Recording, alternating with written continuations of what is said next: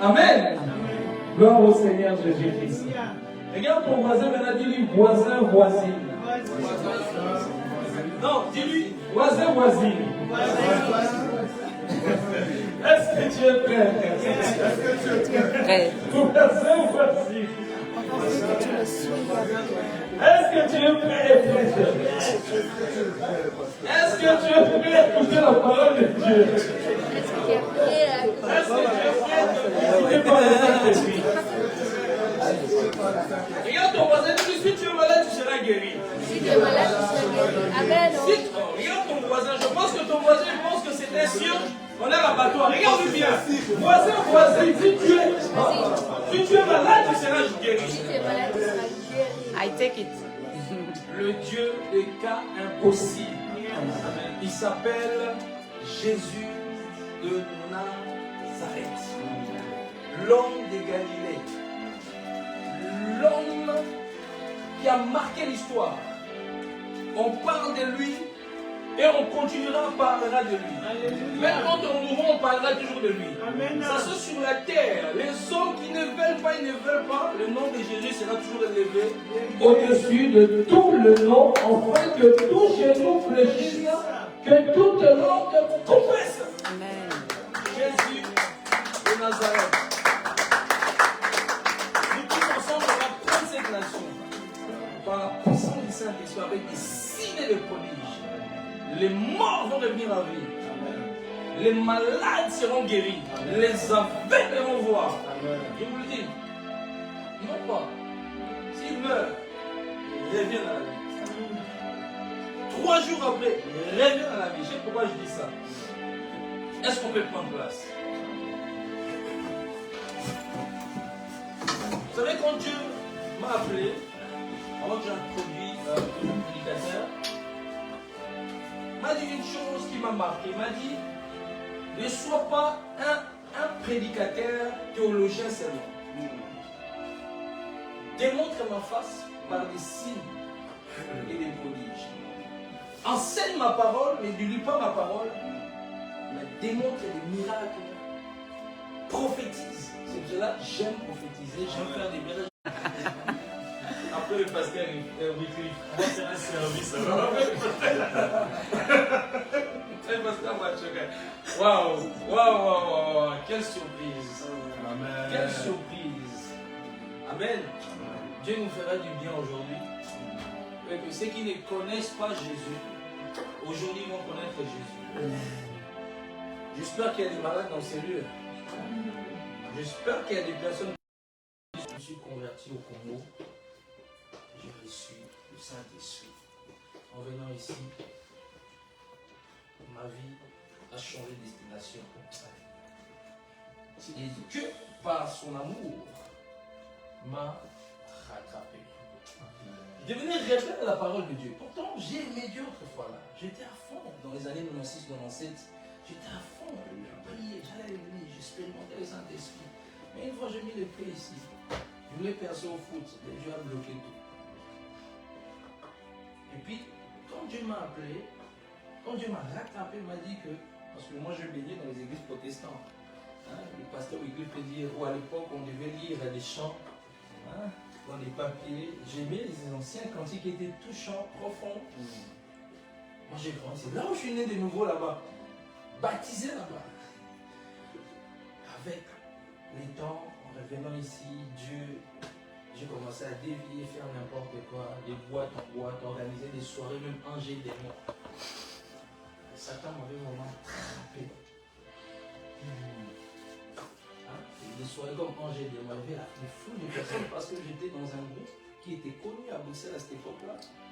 Et que Satan m'avait vraiment piégé. Des spectacles devant des milliers de personnes. Des couleurs café, des grands événements mondains. On a dansé pour des artistes ici, Cody, un comédien belge. À cette époque-là, mais moi pour moi, je pensais que c'était ça la vie en fait. Je pensais que c'était ça la vie. Je me voyais déjà loin, mais mes parents ne voulaient pas parce que j'avais arrêté l'école, il n'y avait pas un diplôme. Et puis, 2 ans, famille de témoins de Jéhovah qui m'ont accueilli parce que j'avais un ami qui dansait avec moi pendant 2 ans. Puis je suis retourné chez les parents. Je continuais encore mes trucs de danse. Mon beau-père voulait m'inscrire, voulait que je fasse l'armée, mais je ne voulais pas. Parce que l'école, j'étais fort, tout ce qui est pratique, mais la théorie, je n'aimais pas lire. Et il me disait, même quoi, on n'a jamais vu un danseur aussi grand comme toi. Arrête-moi tes bêtises là. Mais il y a une chose que, quand on n'a pas Jésus, on n'est rien en fait. Amen. On peut avoir, ici, c'est dans le monde, ceux qui connaissent à cette époque-là, ils savent. J'étais dans un grand groupe. Mais j'avais envie de moi. Parce que moi, j'ai perdu mon père. À l'époque, j'avais 7 ans. Mon père.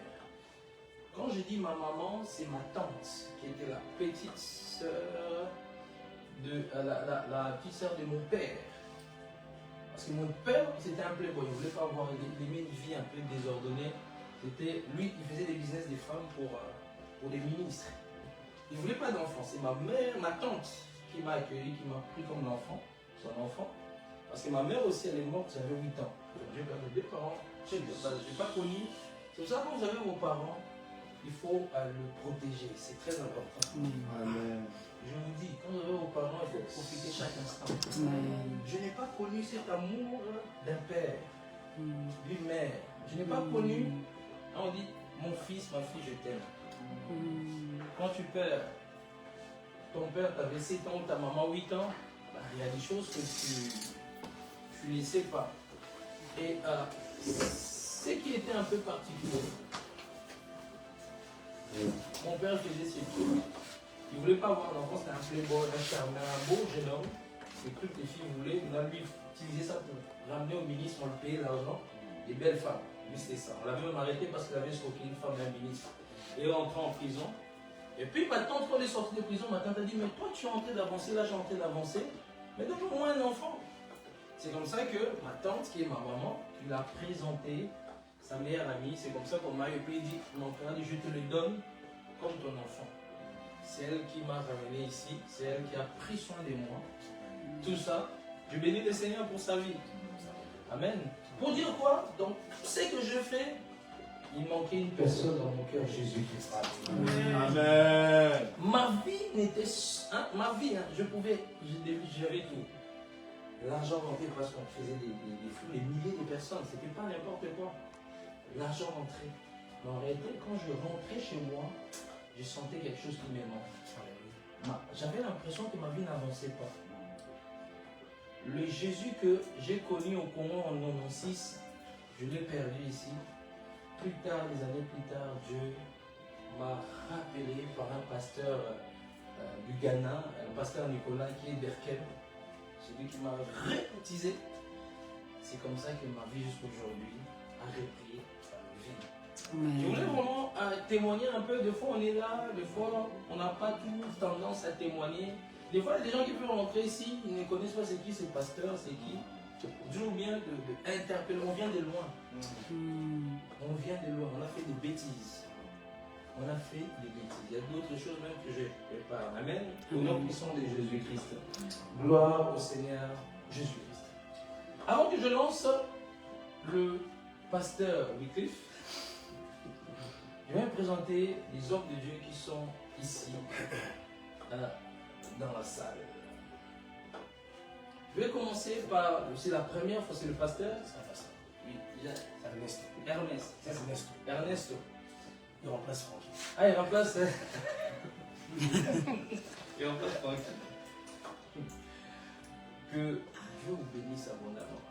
Ça me fait plaisir de vous voir parmi nous. C'est une bénédiction. Il évangélise aussi. Et l'évangélise aussi. Je sais que tous ceux qui sont autour de toi, ce sont des gagnants d'âme. De lundi à dimanche. Moi, je peux me dire, ajoute le 8e jour pour toi. J'ai l'impression que ces jours d'évangélisation, c'est pas assez pour toi. Oh, si c'était possible, je sais que c'est possible à Dieu, mais comme Dieu a déjà créé les choses, ma prière, au moment qu'on t'érage, parce que j'ai l'impression que il y a des gens qui évangélisent, il y a des gens qui évangélisent. Lui-même, il sort des chaises dehors. Alors, franchement, il fait un très bon travail. D'ailleurs, même, il y avait des frères de France hier qui m'ont. Ils étaient ici. Mais moi, j'avais déjà beaucoup de choses à faire. Je sortais avec l'église parce que je suis en train de les former aussi dans l'évangélisation. Comme ça, il ne dépend pas que de moi. Tout ça. Donc, il m'a envoyé une photo. Tu étais avec le frère, l'ami de Cospiel, le caméraman de Cospiel. Ouais. Il m'a envoyé. Vous étiez c'était en ville. Hein. C'est là-haut que j'ai compris que vous étiez ensemble. Le frère, c'est que Dieu le bénisse. Pour moi, pasteur, que Dieu vous bénisse énormément. Votre présence, c'est une bénédiction pour nous. Amen. Je dis toujours, quand il y a des hommes de Dieu dans la salle, c'est une grâce. Amen. Hein? C'est vraiment une grâce. Ce sont des anges que Dieu ramène. Amen. Vraiment, merci encore pour votre présence. Parce que c'est pas évident toujours, les hommes de Dieu se déplacent comme ça. C'est pas facile, hein? C'est un peu compliqué. Que Dieu vous bénisse énormément au nom de Jésus-Christ. Amen. Il y a aussi des hommes, des femmes, des hommes de Dieu derrière. Ils ont un ministère. C'est maman Antoinette. Ah, maman. Avec son mari, Pasteur. C'est chez eux que j'ai commencé les maisons de prière il y a très longtemps. Ah, il y a très longtemps. Il y a des années, 10 ans comme ça. On évangélisait à la rue de tout ça. Donc, voilà, c'est notre évangéliste. Amen. Merci beaucoup pour votre présence et de nous soutenir. Vraiment, c'est un plaisir de voir des personnes qui sont là, qui se déplacent. Quand je vois des personnes qui se déplacent, des hommes de Dieu qui se déplacent, et ceux qui sont en retard, ils ont affaire à moi. Il y aura des personnes qui sont capables de laisser des cultes pour venir. Que Dieu nous aide seulement. Amen. Que la francophonie, que Dieu nous aide. Amen. Pour moi, que Dieu vous bénisse abondamment. Vous savez, quand il y a des hommes de Dieu qui se réunissent comme ça, il y a quelque chose de spécial. Ça veut dire que Dieu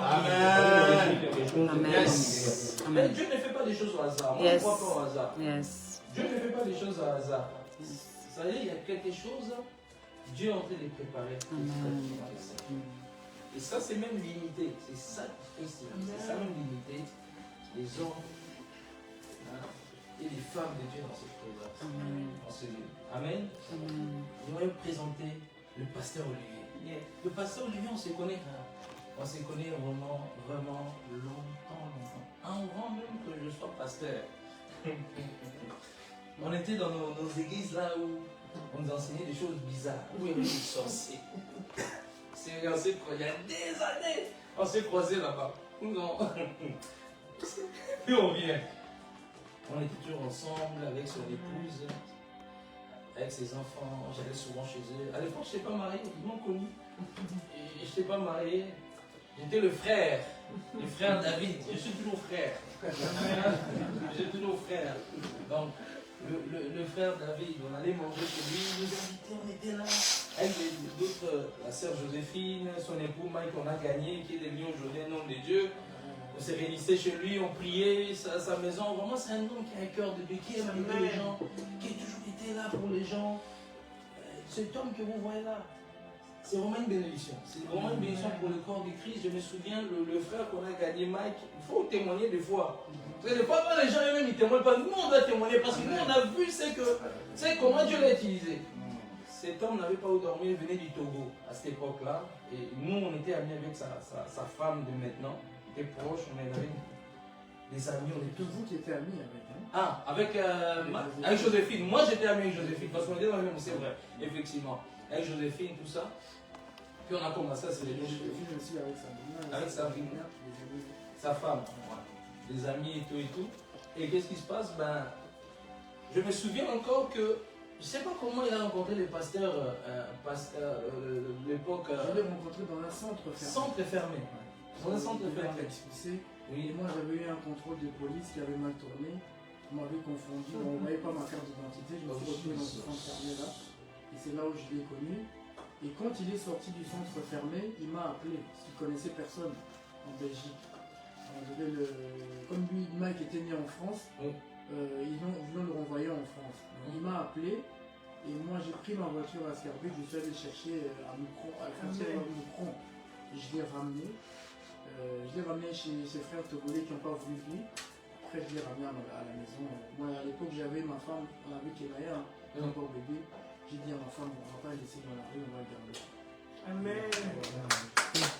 Il a eu le papier dans notre maison, il a eu il s'est marié, et aujourd'hui il est à Saint-Nom de Dieu. Voilà, il a sa famille.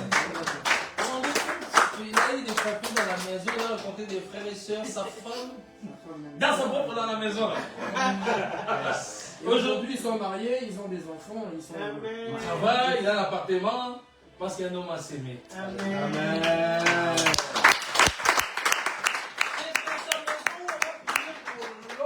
Reçu le baptême du Saint-Esprit, il a commencé à parler. Amen. Wow. Il est devenu un grand prophète. Aujourd'hui, c'est vrai, ça fait longtemps qu'aujourd'hui, Dieu l'utilise. En tout cas, Dieu l'utilise beaucoup dans la parole.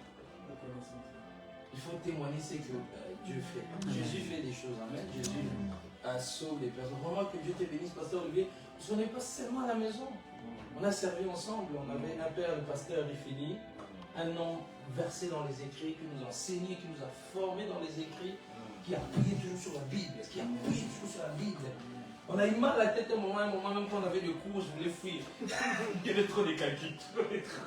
C'était tellement intelligent, versé dans les écrits. Il n'y avait que des devoirs, des pages de Romains, on devait découper des pages, on devait trouver les contextes et nous-mêmes, on devait mettre des thèmes nous-mêmes. C'était des exercices très compliqués. C'est des moments où je n'ai jamais lu la Bible, comment appris à lire la Bible comme ça.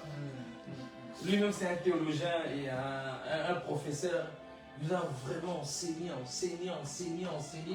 Et je pense que ceux qui sont sortis de là, ils savent de quoi je parle. C'était vraiment des fois, même quand tu es là, tu sais que tu as des devoirs. Tu as beaucoup de pages, tu dis, est-ce que je vais aller? Non, tu veux fuir. Tu attends les Saint-Esprit, il dit, tu dois aller. Pourquoi tu veux fuir? Là-bas. Parce que des fois, quand vous arrivez devant tout le monde, les autres sont en train de faire ça, c'est toi tu as du mal. Il y a cet orgueil-là. Et on a, comment les gens vont voir, comment les gens, Dieu comme ça commence à nous briser. Et vraiment, je bénis aussi le Seigneur pour sa vie là où il est plus en Belgique. Là, on a fait un travail énorme. Je dirais peut-être le fait qu'on est là, c'est aussi le fruit de sa sémence, que nous sommes là, tout ça. Et vraiment, le pasteur, on a servi, étant que pasteur adjoint du pasteur Rifini à cette époque, avec le pasteur Olivier, on travaillait ensemble pendant un temps dans le ministère du pasteur Rifini, et aujourd'hui, chacun a pris le chemin du comment Dieu a décidé des choses. Et je bénis le Seigneur pour cela, parce qu'un enfant grandit, à un moment, un enfant sort de la maison de son père. Hein? À un moment, l'enfant prend aussi son propre chemin pour avancer, parce que c'est pour étendre le royaume des cieux. C'est très important. Et aujourd'hui, nous sommes là, parce qu'il y a des gens qui ont s'aimé. Amen. Pour que Dieu te bénisse, le pasteur Olivier. Je me souviens encore, le pasteur Olivier avec sa femme, on est toujours dans sa voiture, tout le temps ensemble. Je me souviens au moment, on écoutait souvent le pasteur Jonas. On écoutait souvent les trucs de la sorcellerie. Même il y a les témoignages de la sorcellerie. Madame, moment, sa femme me dit, mais vous toujours en train d'écouter ça. Époque-là. Et je me souviens dans une époque aussi que j'étais amoureux d'une fille qui habitait en France. Pourtant, j'avais reçu une révélation que ma femme venait d'Amérique. Moi, à l'époque, Amérique, forcément les États-Unis, l'Amérique, ça peut être le pays latin. J'avais reçu, j'avais écrit dans mon cahier. En plus, dans mon cahier, j'ai écrit il parlera espagnol. Pendant que je prie, le Seigneur m'a montré ma femme. J'ai écrit Amérique, il parlera espagnol, anglais. Après des années, j'ai commencé, on m'a présenté une fille en France.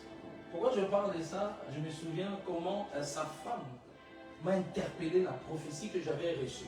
Je t'ai dit, à partir de vraiment le cœur s'attache. Faites attention, hein. Dieu des fois nous parle. Dieu nous parle, mais des fois, nous-mêmes comme on est là des fois, on oublie ce que Dieu nous a dit dès le départ, on commence à rentrer dans autre chose. Et que je sais pourquoi je dis ça, parce que quelqu'un aussi tu es dans cette situation, dans cette salle. C'est là je vais donner des témoignages pour que tu comprennes un peu. J'ai développé, c'était une pelle.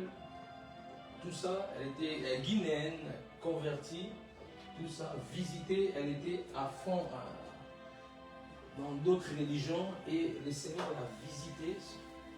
Puissamment, cette femme avait une connaissance, déjà dans la foi elle était longtemps plus que moi, dans la connaissance elle était plus que moi, donc ça ne collait pas. Donc, tu veux une fille, mais niveau la parole, elle est là depuis longtemps dans la foi plus que toi dans les écrits, donc du coup c'était déséquilibré. Normalement c'est l'homme qui est censé instruire sa femme. J'ai commencé à développer des sentiments. On priait, elle dit non, Dieu ne m'a pas dit que c'est toi. Elle tombe amoureuse, mais elle dit Dieu ne m'a pas dit que c'est toi. Elle vient à Bruxelles, Dieu ne m'a pas dit que c'est toi. Elle prie, elle tombe seulement, Dieu lui dit c'est pas. Moi j'ai insisté. Si c'est Dieu, tu vois, quand on est amoureux, hein, on commence à avoir des fausses révélations. Tu sens. T'as une voix qui monte. Hein, tu sens l'homme, ah, Dieu m'a dit que c'est toi. Tu vois, faites attention. Dieu m'a dit que c'est toi, Dieu m'a dit que c'est toi. J'ai insisté, la fille ne voulait pas du tout. Elle dit non, franchement, j'aimerais bien, mais Dieu m'a pas. Même si aujourd'hui je suis tombée amoureuse, mais je ne peux pas parce que Dieu ne permet pas.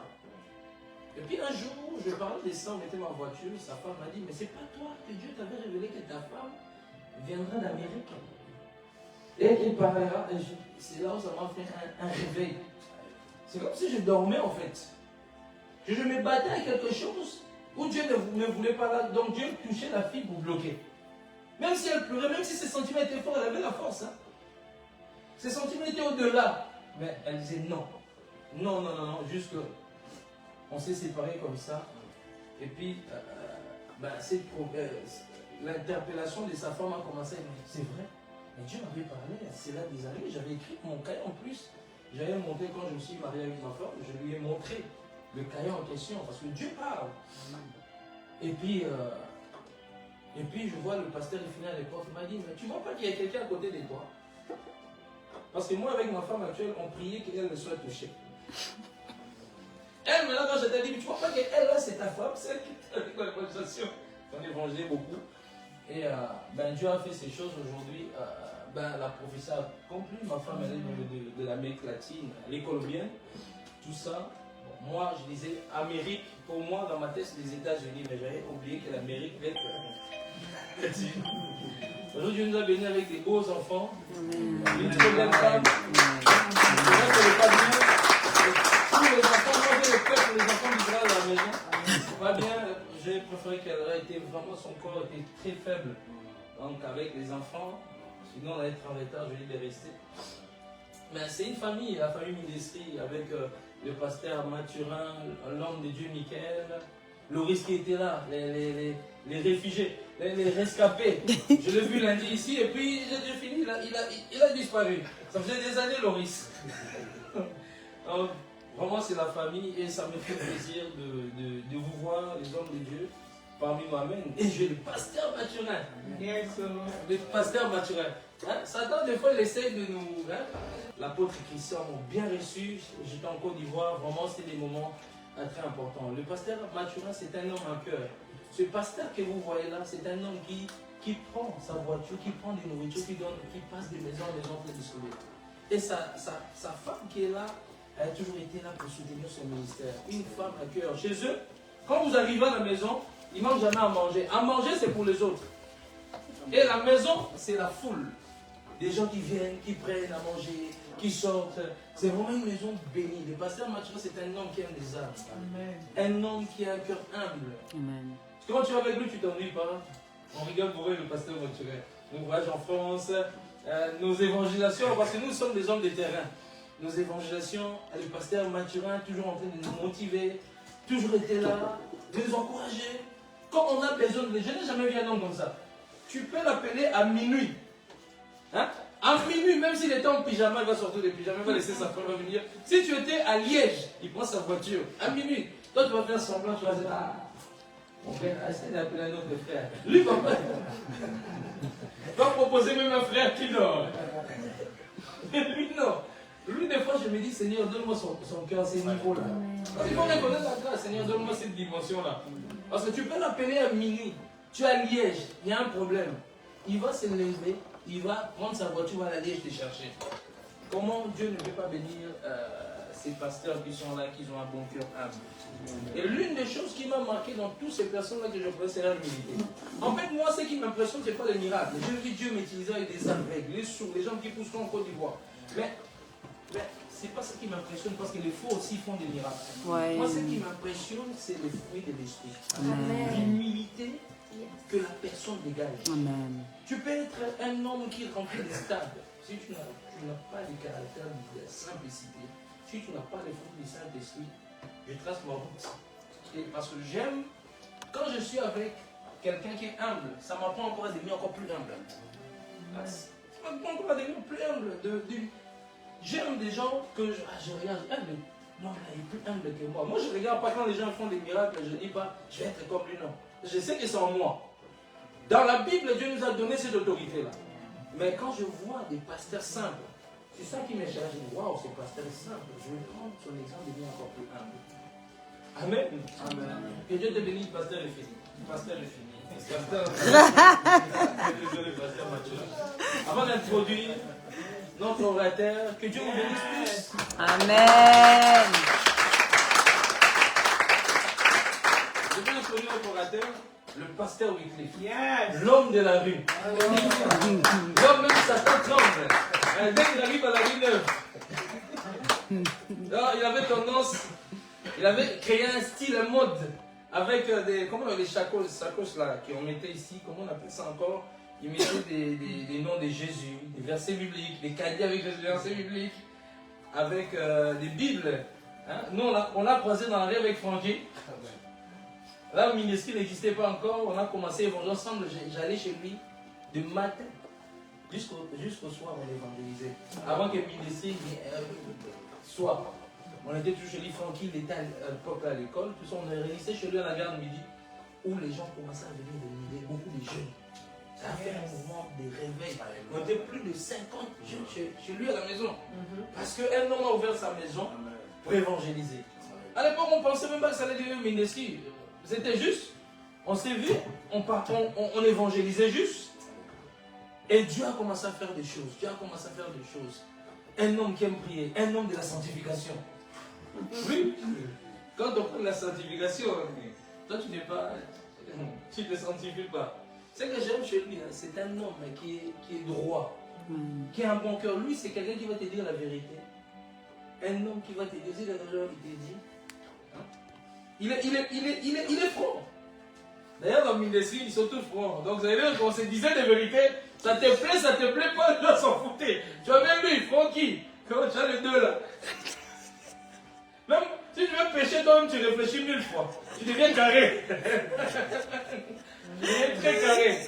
Ces gens-là, toi tu as vu autour d'eux. Les deux sentinelles là, de la sanctification. Non, on a passé le moment. Un pasteur très humble, simple, le cœur de David. Quand quelque chose, lui, il n'est pas hypocrite. Si même il a murmuré contre toi, il vient te le dire, je suis désolé. Ça, c'est un cœur de Dieu. Il est vrai. Aujourd'hui, les gens ne sont pas vrais. Il va te critiquer matin, midi, soir, du 1er au 30, et puis devant toi, il fait semblant. Mais lui, si par faiblesse, il fait ça, il va venir te voir. Je suis désolé, je l'ai fait, tout ça. Et ça, c'est des hommes comme ça que nous avons besoin. Amen. Yes. Vraiment des hommes comme ça, vraiment que Dieu te bénisse abondamment. On va accueillir le pasteur Wycliffe qui va nous bénir aujourd'hui. Est-ce que c'est une acclamation un peu acclamer Jésus pour la vie du pasteur?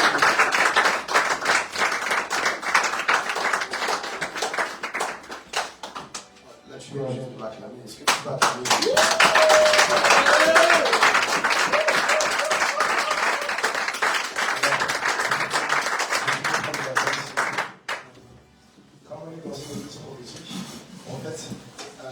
Accorde-moi d'être prophétique alors. Amen. On est dans une église prophétique, on va être prophétique. On va rentrer dans la fréquence prophétique. Tu vas essayer de me succéder. D'accord? Nous sommes là, venus pour te rencontrer. Ya ya ya ya. Nous sommes là, Jésus. Nous sommes là, venus pour te rencontrer. Ya ya ya ya. Ma soeur, tu chante vraiment?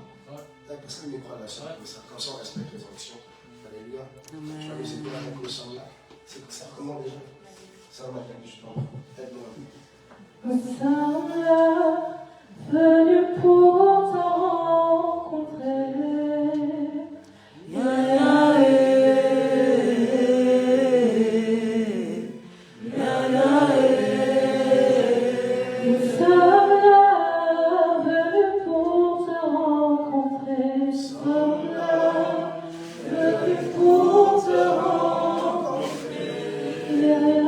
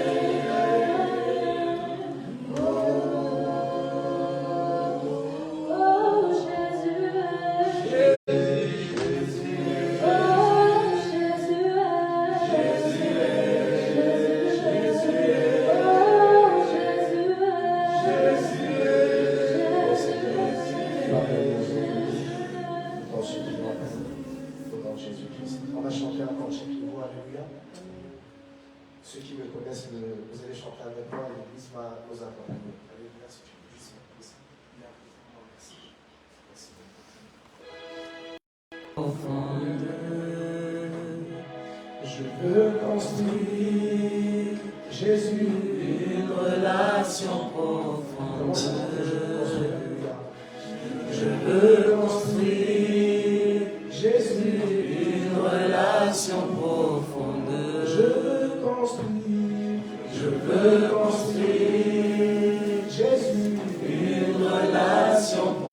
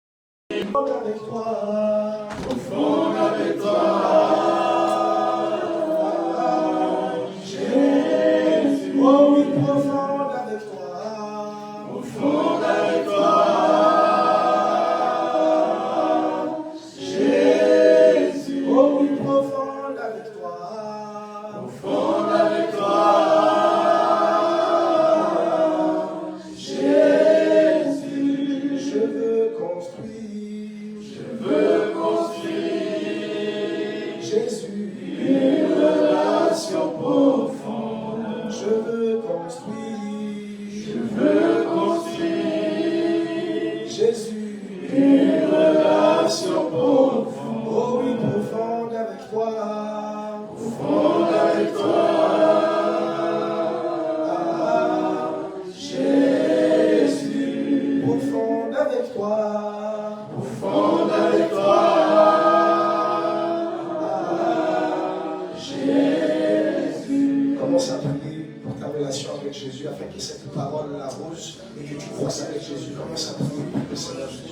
Père éternel, tu dois voir ça.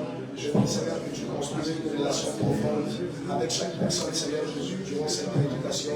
Je prie, Seigneur Jésus-Christ, que tu puisses bénir toute personne, afin, Seigneur Jésus-Christ, que toute personne qui désire construire une relation profonde avec toi puisse recevoir, Seigneur, ta parole. Seigneur Dieu, je prie pour que le cœur de chaque personne soit une bonne terre. C'est au nom de Jésus-Christ, Père, que des messies, des miracles, des prodiges se manifestent, Seigneur, au travers, Seigneur Jésus-Christ, de cette prédication. Seigneur Dieu, que ça amène la croissance de l'Église, que ça amène, Seigneur Jésus, Père éternel, tu vas passer en béni aux âmes. Merci, Père éternel, désormais, de faire ce que tu veux, au nom puissant de Jésus.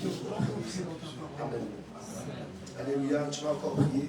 Bien-aimé dans le Seigneur, Dieu avec moi, l'évangélisation prophétique. L'évangélisation prophétique. Non, il faut que tu le dises avec plus de foi. L'évangélisation prophétique. Tu vas prier, bien-aimé dans le Seigneur, que dans cette église, l'évangélisation prophétique commence à avoir. Amen. Tout ce que Dieu a prévu, c'est pas une évangélisation prophétique. Le message commence déjà. Alléluia. C'est d'évangéliser tel que Dieu le demande. Alléluia. Amen. Tu vas prier dans cette église, que Dieu donne des révélations, des paroles de connaissance, les dons de guérison, les dons pour ressusciter les morts, afin que ce que Dieu a prévu dans cette église se passe. Et laisse d'abord commencer à prier le Seigneur.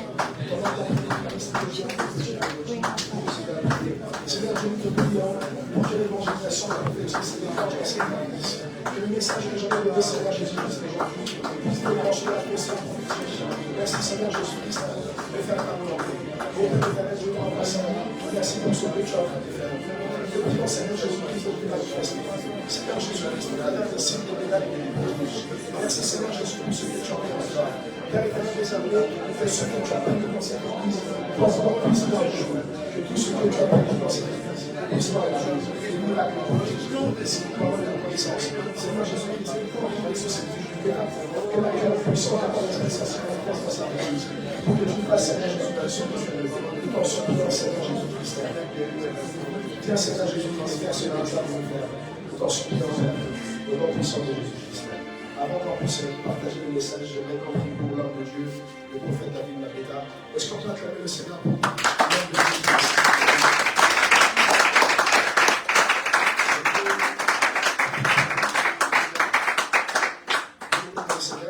Avant qu'on prie, je vais vous dire la vérité, vous entendez ma voix.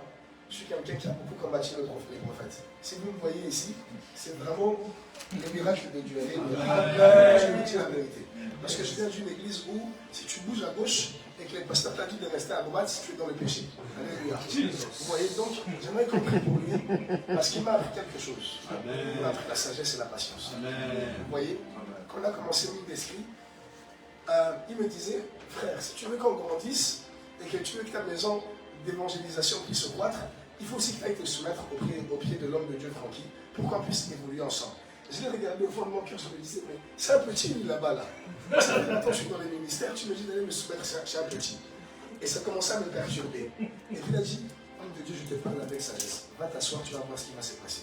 Quand je me suis assis, mine d'esprit explosé, alléluia. Vous avez une grâce de Dieu. Il a une grâce de sagesse. C'est un homme, des fois je lui dis certaines choses, il ne me dit rien. Je comprends juste dans son rien que Dieu n'a pas encore pu le faire ça. Alléluia. Parce qu'il a une sagesse très prononcée. On va prier pour lui, pour que Dieu le bénisse. Vous savez, quand vous arrivez quelque part, il faut toujours bénir l'énergie et les autorités. On va bénir l'autorité de cette église pour que Dieu le bénisse, que sa femme soit bénie, que ses enfants soient bénis, que cette église soit bénie. Commence à élever ta parole. Je prie, Seigneur Jésus-Christ, pour passer à Dieu dans le prophète d'Abraham. Je demande, Seigneur, à ce que Seigneur Jésus-Christ, tu puisses l'utiliser puissamment. La politique de l'homme, Seigneur, Seigneur Jésus-Christ, l'église avec Céleste de Jésus. Puis, Seigneur, pour notre mariage et des croix, comme elle a jamais, Seigneur, qu'à partir de aujourd'hui, Seigneur Jésus, tu puisses nous que ton Seigneur, bénis sa femme, Seigneur, bénis ses enfants, bénis, Seigneur, toute la boîte qui sont heureux. Je prie, Seigneur Jésus, que le nom qui te vient. Seigneur Dieu, qui puisse se battre et vraiment nous amener au niveau financier, au niveau de la puissance, au niveau de la sagesse. Merci Seigneur pour la pensée que tu as mis, Seigneur, dans sa vie. Merci de les bénir. Merci de les fortifier. Que Seigneur Jésus, ton serviteur, puisse aller là où tu as prévu qu'il puisse être. Que ta grâce, Seigneur, surabondante. Que ta bénédiction surabondante. Seigneur, souviens-toi de nous. Souviens-toi de tout ce qu'il fait, Seieur Jésus-Christ, dans ton ministère, dans ton équipe. Bénis le Seigneur Jésus-Christ. En ton nom précieux, je vous remercie. Est-ce que nous pouvons acclamer le Seigneur pour notre vie?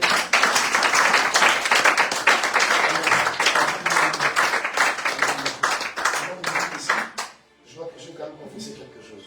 Tu m'as précédé pour dire la confession. Vendredi, j'étais à HS. Je n'ai même pas évangélisé. Je me dis, Seigneur, comment tu veux que j'évangélise? Je n'ai même pas la voix pour chanter. Parce que moi, j'évangélise maintenant par les chants, on a changé de niveau. On crie plus simplement dans les rues. Maintenant, on a les autorisations pour chanter. Et je dis, Seigneur, comment tu veux que je fasse ça? Je n'ai pas la voix. Et dans mon cœur, je me suis dit, je vais envoyer un message au prophète pour dire que dimanche, je ne viens pas. Mais j'ai eu honte quand c'est venu dans mon cœur. Je dis, comment je peux aller dans une église prophétique où il y a des miracles et encore l'esprit d'incrédulité est là. Et j'ai dit à Dieu, Seigneur Jésus-Christ, je vais aller. Même si je n'ai pas de voix, je prêcherai avec le fait que je n'ai pas de voix. Alléluia. Donc je confesse ça pour dire ici, il y a des choses qui vont se passer. Si tu étais malade, tu vas guérir. Si tu as des maux de cœur, quelque chose qui n'allait pas dans ta vie, il va se passer quelque chose. Vous voyez ma voix, le Saint-Esprit est en train de la corriger. Tout à l'heure, j'ai dit au prophète, je pense que ça a dû me surprendre. J'ai dit, passe-moi lui, s'il te plaît. Il voit que je prends, j'ai dit, passe-moi lui. Il m'a passé, j'ai commencé à mettre ici. Et vous sentez petit à petit, ça commence à se faire. On va rentrer dans une fréquence prophétique. Avant que je vienne ici, c'était ce matin, en fait. Pendant que j'étais en train de dormir, Dieu me montre l'église, l'armée céleste de Jésus. Amen. Qu'est-ce que je vois? Je vois qu'il n'y a plus de place pour accueillir des gens. Amen. Et Dieu vous avez pris un local à côté. Alléluia. Amen. Un local à côté. Je suis en train de parler au retardataire. Alléluia. Vous savez, quand une église grandit et que vous venez en retard, vous ne venez pas devant. Vous n'êtes même pas dans la salle. Alléluia. Vous êtes dans la salle annexe où vous suivez le culte par écran. Alléluia. C'est ce que je dis en fait. On va prier pour ça. Alléluia. Le Seigneur m'a montré ça. Il m'a montré que l'église allait croître et que dans très peu de temps, Amen. vous allez voir Je confirme. une salle annexe. Je ne sais pas comment vous allez Amen. s'arranger. Je Les confirme. gens qui viennent pas en retard, alléluia. Amen. Ils vont suivre le culte à l'écran, alléluia. Et quand je venais pour prêcher la parole, j'étais l'invité. Mon retard était excusé. Mais j'ai vu des gens qui suivaient à l'écran. Et je me suis dit, Seigneur, pardonne-le vraiment, alléluia. Alors tu as prié pour cette église, pour que la croissance de cette église, tu puisses y participer. Amen. Tu puisses y participer. Et participer, c'est être bien aimé de le Seigneur. Faites attention en retard. Quand vous êtes en retard, les gens qui ont soif de Dieu prendront vos places. Alléluia. Amen. Et dans cette église, c'est ce que je suis en train de voir comme Amen. passage. Amen. Tu vas prier pour que ce que Dieu a montré puisse se réaliser. Et tu vas prier pour que l'église soit préparée à pouvoir recevoir cette croissance. Commence à aimer ta voix. Seigneur Dieu, je te prie pour cette vision que tu vas montrer.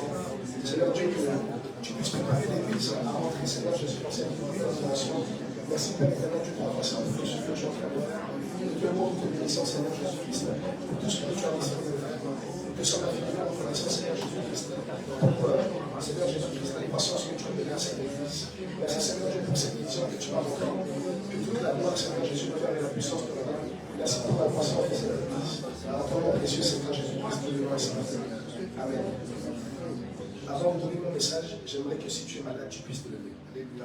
Comme ça, en fait, tu vas voir que j'ai aussi évolué. C'est fini les incrédulités, tout ça. Si tu es malade, ou si tu as quelque chose qui est bien aimé dans le Seigneur, c'est pas mal dans ta vie, tu te lèves. Alléluia. Et si ce n'est pas la maladie, ce n'est pas un problème. Je vais prier alors par rapport à l'évangélisation. Puisque ça, c'est l'action que Dieu m'a donnée. Alléluia. On va rentrer dans un temps prophétique. J'aimerais m'adresser particulièrement à une personne qui a soif d'évangéliser. Si tu sens dans ton cœur que tu as la soif d'évangéliser, que tu as envie d'évangéliser, lève-toi. L'Église va prier pour toi. Alléluia. Si tu sens dans ton cœur vraiment c'est un fardeau, tu dors avec l'évangélisation, tu n'arrêtes pas de vibrer pour l'évangélisation. C'est quelque chose qui manque dans ton cœur et c'est devenu ta priorité. Lève-toi, il y a une onction prophétique que tu vas saisir à partir de maintenant. On va prier pour toi. Toutes les personnes qui ont à cœur l'évangélisation, de manière prononcée, tu sens dans ton cœur vraiment que c'est un fardeau. Quand tu ne le fais pas, tu sens que tu es déchiré. Alléluia. Je vais prier pour vous. Alléluia. Je ne serai pas seul.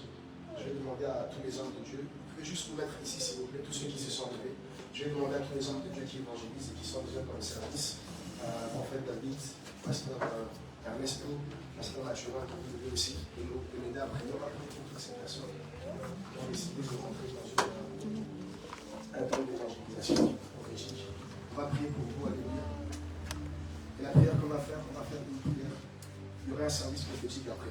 Amen. On n'est pas encore dans le service prophétique avec le prophète. On va prier pour vous, pour que la puissance de Dieu vous assiste. Et qu'à partir d'aujourd'hui, alléluia, toutes les fois que vous allez évangéliser, que les signes, les miracles, les prodiges vous accompagnent. Et que de nombreuses âmes puissent être gagnées. Alléluia. Et on le voit prier pour eux. Alléluia. Seigneur Jésus-Christ, je vais prier pour Marie. Je vais prier, Seigneur, pour tous les serviteurs qui ont décidé, Seigneur, de suivre. Seigneur, qui ont la soif d'évangéliser. Je prie que ton action puissante sur eux. Ma prière, Seigneur Jésus-Christ, et que tu puisses nous préparer à rentrer dans une action particulière, une action puissante, une action, Seigneur Jésus-Christ, et de mettre des hommes qui amènent, Seigneur, les morts à être ressuscités, les malades à être guéris. Seigneur Dieu, je prie que tu puisses, Seigneur, le oindre de ta puissance, le oindre de ton onction, le oindre, Seigneur Jésus, avec le maître de la puissance de sa personne, afin que tous ceux qui vont faire à partir d'aujourd'hui, les âmes puissent être sauvées. Merci Seigneur Jésus-Christ pour tout ce que tu as fait. Merci Père éternel des armées pour tes serviteurs. En ton nom précieux, nous voulons ainsi prier. Et en grâce que le Seigneur Jésus-Christ vous bénisse. Je vais respecter le temps encore un peu. Je ne serai pas très long. Je vais partager le message sur l'évangélisation politique. Avant ça, je suis obligé de témoigner. Alléluia. Amen. Nous sommes juste couper le sang quelques instants.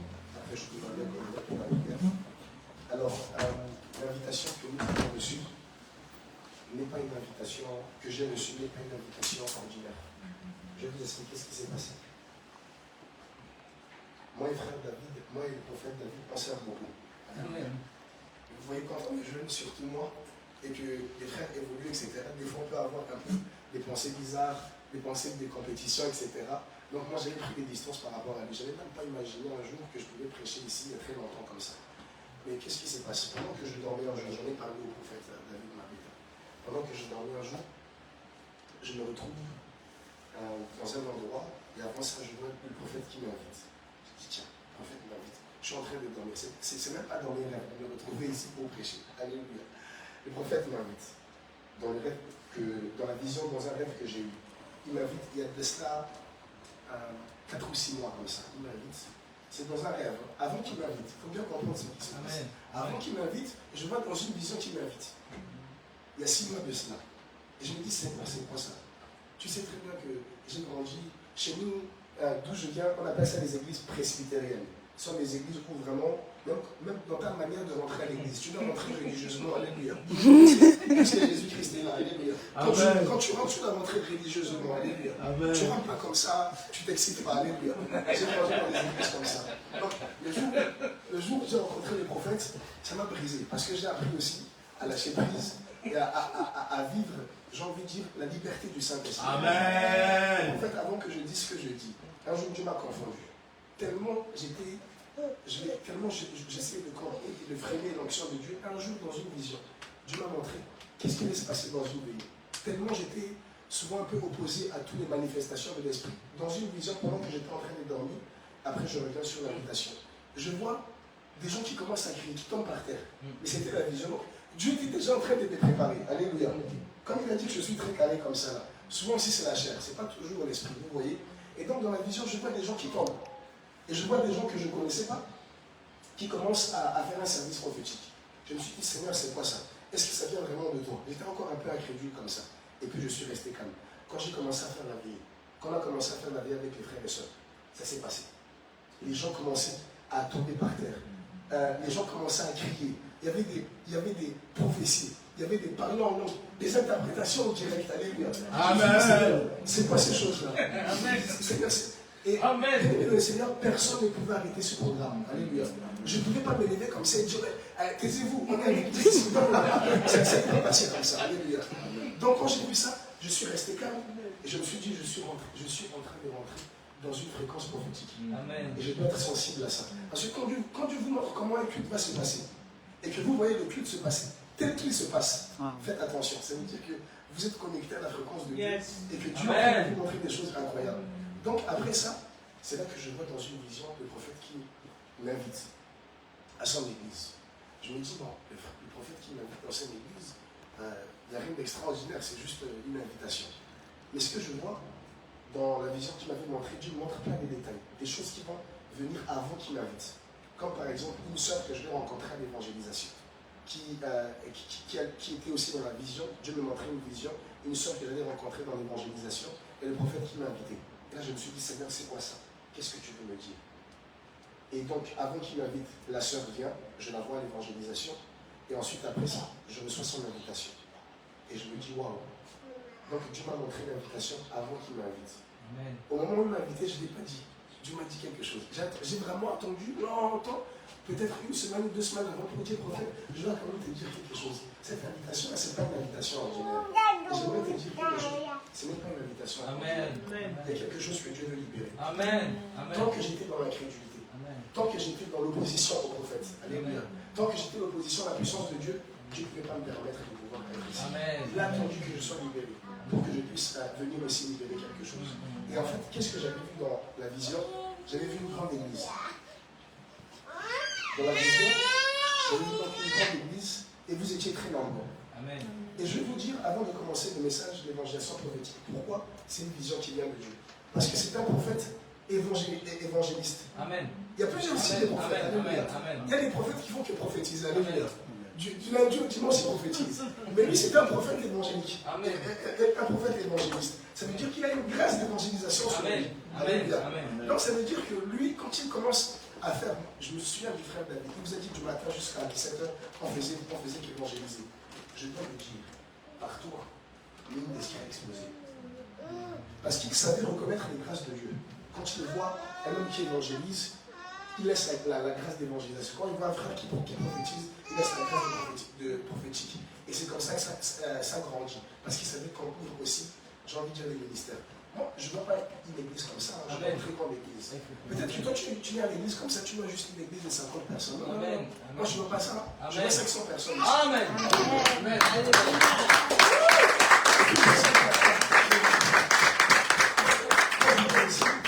Je vois une grande église. Il y a un homme de Dieu qui s'appelle Michael ici. Il vient à la maison. J'ai beaucoup de choses à dire, mais je vais m'arrêter là après ça. Il vient à la maison et il me dit, toi, tu es en train de prier, etc. Va voir les frères. Je suis encore incrédule. Je dis, mais pourquoi tu veux que j'aille voir les frères? Il dit, va voir les frères, on doit rappeler toutes les personnes qui évangélisaient. Et puis j'ai oublié aux frères, j'ai été les voir, et à partir du moment où on a commencé à prier ensemble, il s'est passé quelque chose d'extraordinaire. Amen. Peu importe si tu as déjà rencontré des problèmes avec telle ou telle personne, quand il s'agit de l'œuvre de Dieu, mettez des problèmes. Bien sûr qu'il y a eu des problèmes avec le prophète David, mais les problèmes-là ne peuvent pas nous empêcher de pouvoir nous unir ensemble. Nous unir ensemble pour pouvoir avancer dans le royaume de Dieu. Alléluia. Et donc ça c'était la petite parenthèse. Est-ce que tu peux acclamer le Seigneur Jésus?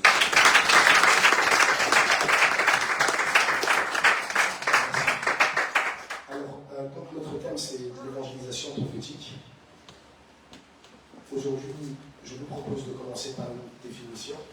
Et ensuite, après, on va voir comment rentrer dans l'évangélisation prophétique. On verra 3 dimensions de l'évangélisation prophétique. La révélation du lieu, la révélation des personnes et la révélation des paroles. C'est ce que nous allons voir aujourd'hui. Alors, la première définition que nous pouvons donner de l'évangélisation prophétique, pour ceux qui notent, je vais la lire, c'est une révélation reçue de la part du Saint-Esprit dans l'annonce de la bonne nouvelle. Je le répète. L'évangélisation prophétique, c'est une révélation reçue de la part du Saint-Esprit dans l'annonce de la bonne nouvelle. Et cette révélation contient plusieurs dimensions de révélation.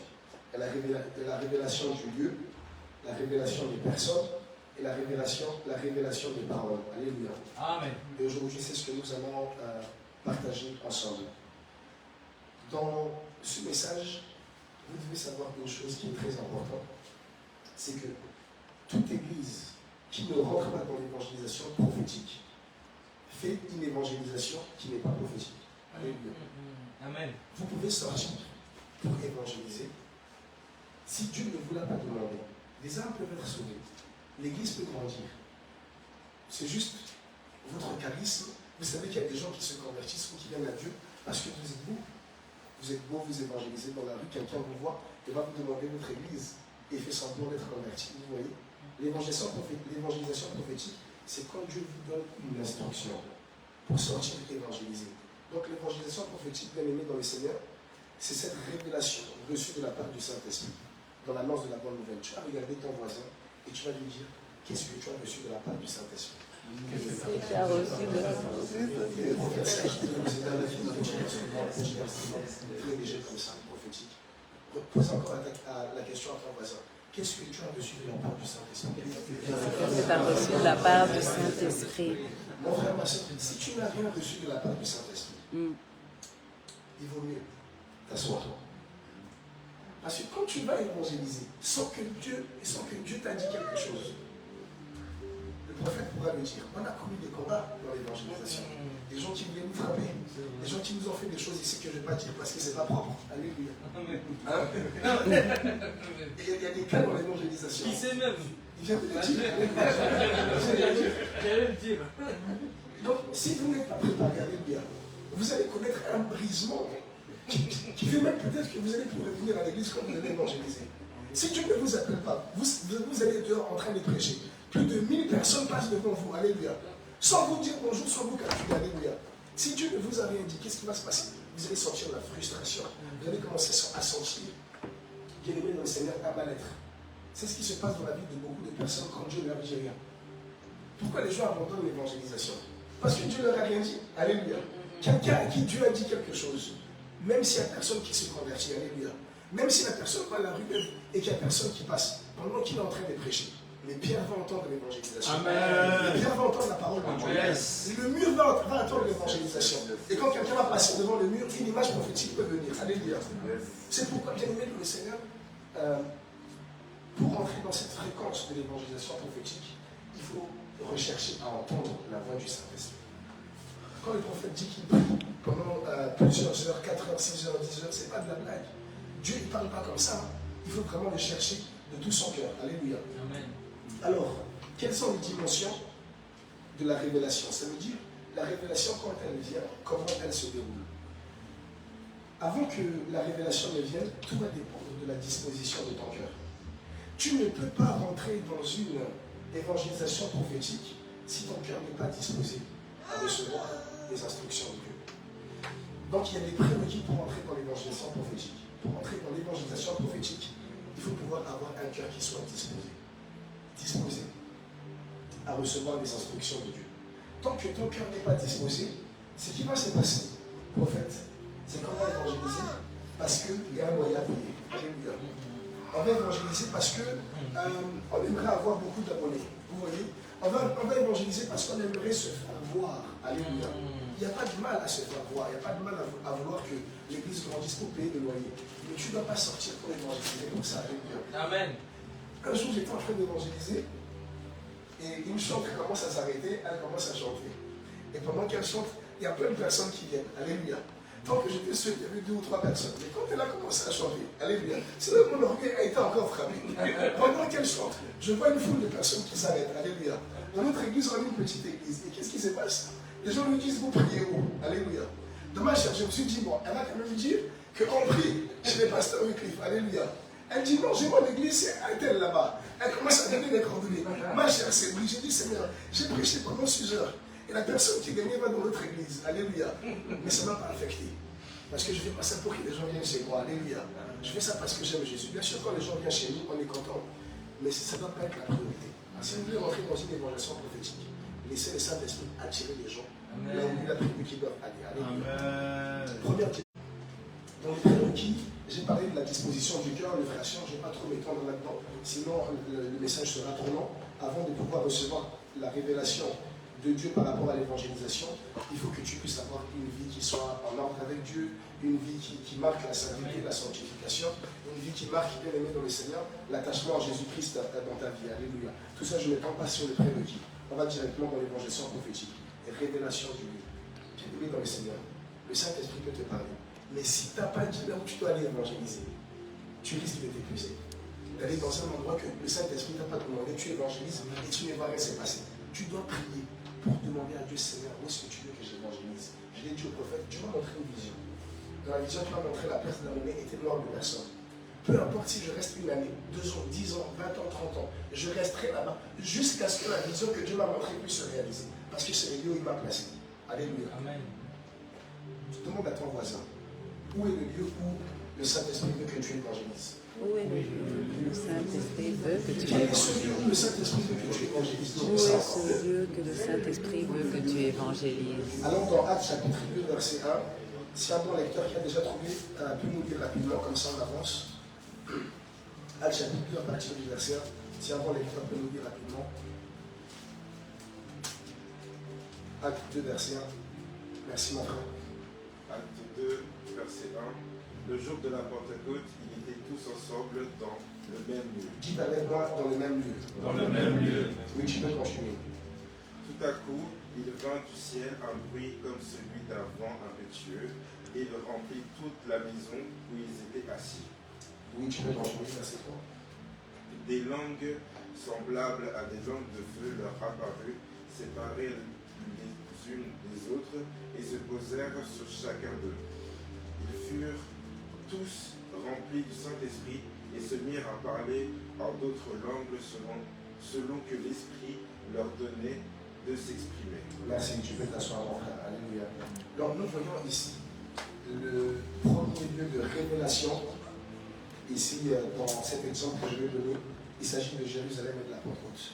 Alors, si à cette époque-là, tu étais un grand apôtre, tu étais quelqu'un qui avait la puissance comme pas possible, si tu ne te retrouvais pas à Jérusalem, tu n'allais pas vivre les réveils. Alléluia. Les lieux est très important. Quand vous sortez évangéliser, vous devez demander au Seigneur, Seigneur, où est-ce que tu veux que j'aille évangéliser? Parce que quand vous n'allez pas évangéliser là où Dieu a prévu, vous ne vivez pas la Pentecôte. Vous n'êtes pas revêtu du Saint-Esprit. Et qu'est-ce qui se passe quand le Saint-Esprit n'est pas en nous? C'est notre chair qui évangélise. C'est notre culture qui évangélise. C'est notre intellect qui évangélise. Et quand on évangélise avec notre culture, notre chair, notre charisme, ou même notre argent, qu'est-ce qui se passe? Les gens ne se convertissent pas. Les gens deviennent comme le prophète. Il y a un grand danger. Beaucoup de gens ne se convertissent pas. Mais ils ressemblent à ce qu'ils ressemblent. Si quelqu'un ressemble au prophète David Mabeta, c'est pas bien aimé dans le Seigneur une conversion. Vous êtes en train d'imiter le Saint-Esprit en lui. Comme les gens imitaient ce que l'apôtre Paul faisait. Alléluia. Yes. Le Saint-Esprit veut des véritables conversions. Alléluia. Et il ne peut convertir les gens que dans le lieu où il vous a demandé d'aller. Alléluia. Parce que dans le lieu où il vous a demandé d'aller, il a déjà commencé à faire un travail. Amen. Alléluia. Dans le lieu où le Saint-Esprit vous a demandé d'aller, le travail est déjà commencé à être fait. Alléluia. On voit la Pentecôte qu'ils étaient en train de prier. Dans le lieu où le Saint-Esprit veut agir, il se passe des miracles, il se passe des prodiges, il se passe des choses extraordinaires qui fait qu'ils n'ont même pas besoin de beaucoup prêcher, juste parce qu'ils sont en train de prier. Alléluia. Il y a des lieux où, quand Dieu vous demande d'aller évangéliser, vous vous mettez juste en scène. Alléluia. Vous commencez à prier, des gens viennent. Je vais me convertir. Alléluia. Et vous ne comprenez pas. Parce que vous avez juste obéi au lieu où Dieu veut que vous puissiez être. Dis à ton voisin, moi, ce que le Saint-Esprit veut que tu puisses évangéliser. Tout chrétien doit évangéliser. En fait, pardonnez-moi de dire ça comme ça. Je vais le dire. Tout chrétien doit évangéliser. Amen. Amen. Amen. Que tu aies un appel ou que tu n'aies pas d'appel, tout chrétien doit évangéliser. Alléluia. La Bible dit, vous êtes le sel et la lumière du monde. Amen. Il faut que tu puisses, mon frère, ma soeur, évangéliser. Alléluia. Et pour ça, il faut que tu puisses avoir la révélation du Dieu. Allons dans Luc chapitre 24, verset 49. Luc chapitre 24, verset 49. Je lis au nom de Jésus-Christ. Et voici, j'enverrai sur vous ce que mon Père a promis. Mais vous restez dans la vie jusqu'à ce que vous soyez revêtus de la puissance d'en haut. Ici, c'est Jésus qui donne la révélation du Dieu. En fait, prophète, j'ai beaucoup grandi en maturité. Prophétie. Ce n'est pas quelque chose de mystique. Alléluia. C'est quelque chose que Dieu révèle à une personne et quelque chose qui va se passer. Alléluia. Mais pour ça, il faut avoir la foi. Parce qu'un prophète peut te dire quelque chose. Tu vois ta vie. Tu dis, mais c'est que le prophète dit. Et je vois ma vie. Il y a vraiment un décalage. Alléluia. Il te faut la foi. Quand Jésus va leur dire ici au verset bien-aimé dans le Seigneur 49, donc nous sommes dans Luc chapitre 24. Les années que tu n'as pas travaillé. Si tu ne rentres pas dans la foi, sans rentrer dans cette foi, bien-aimé dans le Seigneur, ici, il pouvait trouver des excuses pour pas aller à Jérusalem. Jésus, ça fait quand même 3 jours qu'on ne l'a pas vu. Il n'est pas ressuscité. Pourquoi rester dans un endroit où on ne travaille pas? C'était des pêcheurs qui pêchaient des poissons, etc. Mais qu'est-ce qu'ils ont fait? Ils sont quand même restés là où Dieu leur demandait. Regarde encore ton voisin et dis-lui, où est-ce que Dieu t'a dit de rester? Parce que c'est là où Dieu t'a dit de rester que tu seras béni. Amen. Si tu ne sais pas là où tu dois aller, alléluia, tu iras d'église en église. En tant que pasteur, je vais vous dire que cette église est une bonne église. Et que si tu es venu ici, et que tu n'as pas d'église, fais de cette église ton église. Alléluia. Amen. L'homme de Dieu m'a béni. Alléluia. Et sa bénédiction, son Christ. Un prophète, je vais te dire quelque chose. Pendant que j'étais en train de dormir, les esprits ont essayé de m'attaquer. Alléluia. Et dans mon esprit, j'ai pensé au prophète David, ma bêta. Quand j'ai pensé au prophète David, ma bêta, j'ai dit Seigneur, non, je ne vais pas laisser les esprits m'attaquer. Juste parce que j'ai pensé à lui. En fait, il y a certaines personnes, ils peuvent avoir une grâce prophétique, une grâce de sanctification très forte, qui fait que juste quand vous pensez à eux, l'onction qui est sur eux, alléluia, vous poursuit. Amen. Cette église est une bonne église. Moi, je vous dis la vérité. Et vous allez voir dans très peu de temps, le Seigneur va commencer à faire croître cette église de manière incroyable. Est-ce que tu vas acclamer le Seigneur?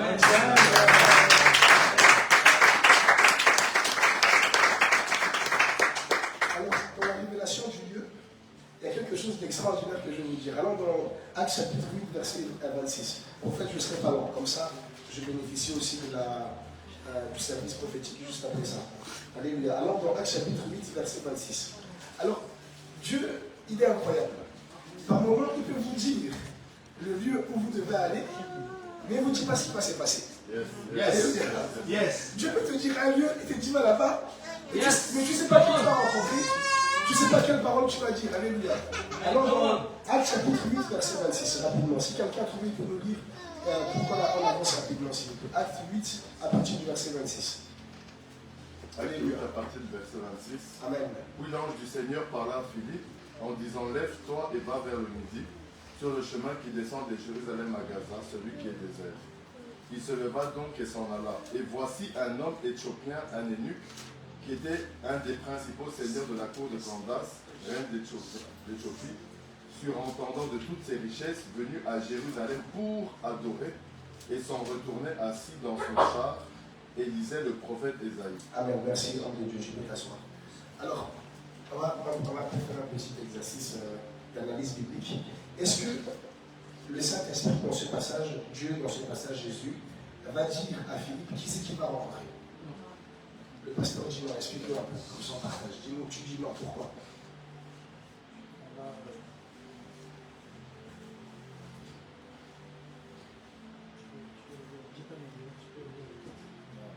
Un ange du Seigneur s'adressa à Philippe et lui dit lève-toi et va du côté du midi, sur le chemin qui descend à Jérusalem à Gaza, celui qui est au désert. Il lui donne juste le lieu et l'orientation de la direction qu'il doit prendre. Amen. Est-ce qu'on peut acclamer le pasteur? C'est un pasteur. Alors, il y a certaines prophéties qui ne vous donnent pas les détails. Alléluia. Amen. Amen. Amen. Il y a des prophètes qui font comme ça. Yes. Il y a certaines prophéties. Yes. Dieu veut que tu actives toi-même la foi. Alléluia. Yes. Pour voir les choses comme elles sont. Quand Philippe va sur le chemin, on ne lui dit pas précisément si c'est le chemin un tel. On lui donne juste la direction. Par moment, Dieu te donne juste la direction. Après, c'est à toi d'activer la foi. Alléluia. Quand tu évangélises, ça arrive des fois, Dieu te montre juste la rue. Il te dit rue neuve. Alléluia. Mais c'est à toi de savoir quel coin tu dois t'arrêter pour évangéliser. Et Philippe, on sait ce qui va se passer. Pendant qu'il va aller dans le chemin là où il était, il y avait quelqu'un qui était déjà préparé. L'évangélisation prophétique, c'est l'une des choses les plus belles dans lesquelles l'Église doit rentrer. Quand vous évangélisez, vous dans le Seigneur. Dans une évangélisation prophétique, tout a été déjà fait par Dieu. Tout ce que vous devez faire, c'est obéir. Philippe n'a pas commencé à crier dans le désert. Et il faut vraiment, oui, convertissez-vous, faites ce que vous devez faire pour vous tourner vers Jésus. Non, Philippe est resté calme. Il est parti dans un chemin. Quand il arrive dans un chemin, il voit quelqu'un qui est déjà en train d'ouvrir la Bible. Alléluia. Il voit quelqu'un qui est déjà en train de lire la Bible. Et qu'est-ce qu'il fait, Philippe? Il lui demande simplement est-ce que tu comprends ce que tu lis? Et ensuite, après, il se passe un dialogue entre eux et puis il le baptise. Quand vous rentrez dans l'évangélisation prophétique, ce n'est plus votre chair qui combatte. En fait, pour que les gens viennent évangéliser. Des fois, on est triste parce que les gens ne viennent pas évangéliser. Dieu m'a brisé par rapport à ça. J'étais resté pendant 8 heures. Alléluia, je crie dans la rue. Même s'il n'y a personne. Au moins, j'aurais crié. Alléluia. Alors, qu'est-ce qui se passe pour Philippe? Philippe, il va se rendre dans cet endroit et Dieu commence à faire le travail. Bien aimé dans le Seigneur, quand tu respectes le lieu, le travail est déjà fait. Et je vous dis, ce lieu est le lieu où tu peux commencer à faire croître l'église. Amen. Il y a beaucoup de gens qui sont incrédules. Moi, je me rappelle quand le prophète priait à la maison, quand il priait dans sa maison, Un jour, je suis venu et je lui ai dit, prophète, il faut prendre une salle. Je lui ai même tiré les oreilles parce qu'il n'y avait pas assez de place. Je lui ai dit, non, prophète, à partir de maintenant, il faut que tu prennes une salle. Parce qu'il fallait déranger les voisins, il y avait plus de 30 personnes. À un moment donné, les gens, il n'y a même pas d'endroit pour s'asseoir, je crois. Et quand j'ai vu ça, j'ai dit, non, prophète, quand même, ça fait des années que je suis dans le ministère, il faut que tu prennes une salle. Bien aimé dans le Seigneur, et bien, quand vous êtes au bon endroit, Dieu fait des choses qui fait que vous n'êtes pas frustrés, que les gens viennent, que les gens ne viennent pas. Bien aimé dans le Seigneur, vous faites le travail de Dieu. Alléluia. Amen. Première révélation. Qui peut nous dire c'est quoi la première révélation? Oui, ma soeur. Parce que moi, j'aime comment les gens sont éveillés. Puis la première révélation, c'était quoi? Que Dieu te bénisse. Est-ce qu'on peut acclamer notre soeur? Deuxième révélation.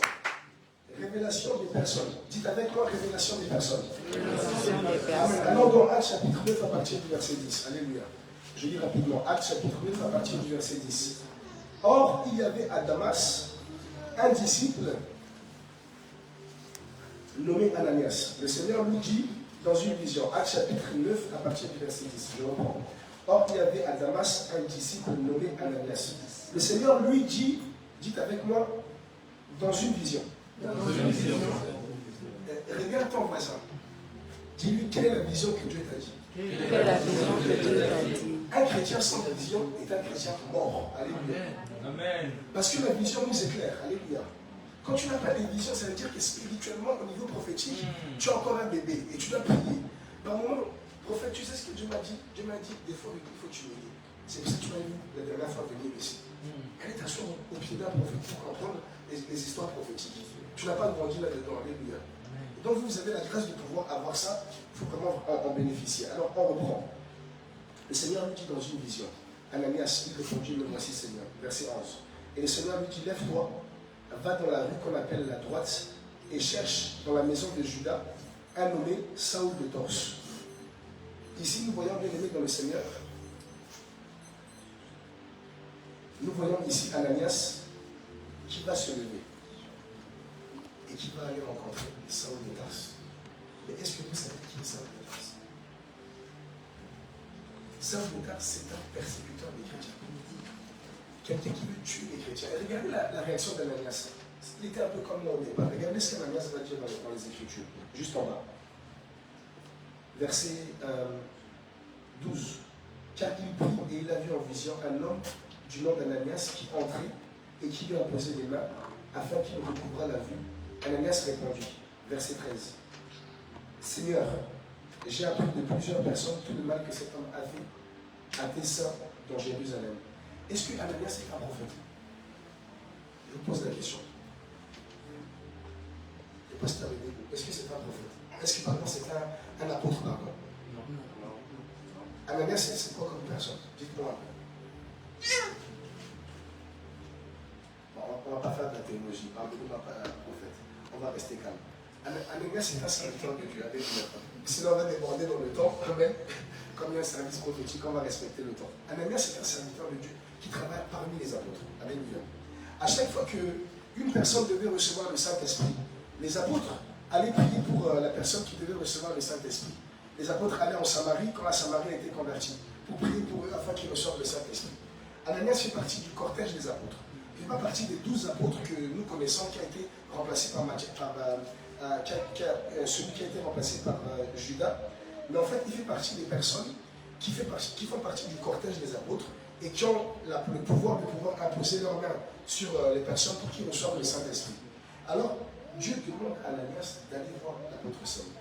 Regardez la réaction d'Ananias. Il va dire ceci, regardez encore avec moi, verset 14, verset 13, pardon.